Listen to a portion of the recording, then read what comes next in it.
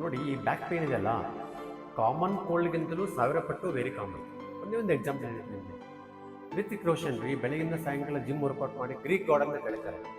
ಅಂಥ ವ್ಯಕ್ತಿ war ಮೂವಿಯಲ್ಲಿ shooting ಮಾಡ್ಬೇಕಾದ್ರೆ ಮೇಲಿಂದ ಬಿದ್ದು ಡಬಲ್ ಡಿಸ್ಕ್ ಇಂಜುರಿ ಆಯಿತು. ಆದಾಗ ಇಂಡಿಯಾದಲ್ಲಿ ಎಲ್ಲ ಡಾಕ್ಟರ್ ಹತ್ರ ಹೋಗಿ ಟ್ರೀಟ್ಮೆಂಟೇ ಸಿಗಲಿಲ್ಲ. ಅವ್ರಿಗೆ ಏನು ಮಾಡಿದರು, ಅಮೇರಿಕ ಹೋಗ್ಬಿಟ್ಟು 1.5 ಇಯರ್ ಅಲ್ಲೇ ಇದ್ಬಿಟ್ಟು ಕರಪ್ರಾಕ್ಟಿಕ್ಕು, ಫಂಕ್ಷನ್ ಟ್ರೈನಿಂಗು ಎಲ್ಲ ಬೇರೆ ಬೇರೆ ಟ್ರೀಟ್ಮೆಂಟ್ ತೊಗೊಂಡು ಸರಿ ಮಾಡ್ಕೊಂಡು ವಾಪಸ್ ಬಂದರು.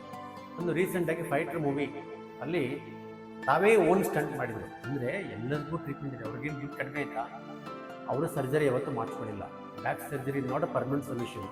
ಬ್ಯಾಕ್ ಸರ್ಜರಿ ಮಾಡಿದಾಗ 70% ಫೇಲ್ ಬ್ಯಾಕ್ ಸರ್ಜರಿ ಅಂತ ಕರೀತಾರೆ. ಫೇಲ್ ಆಗೋ ಚಾನ್ಸ್ ಇರುತ್ತೆ.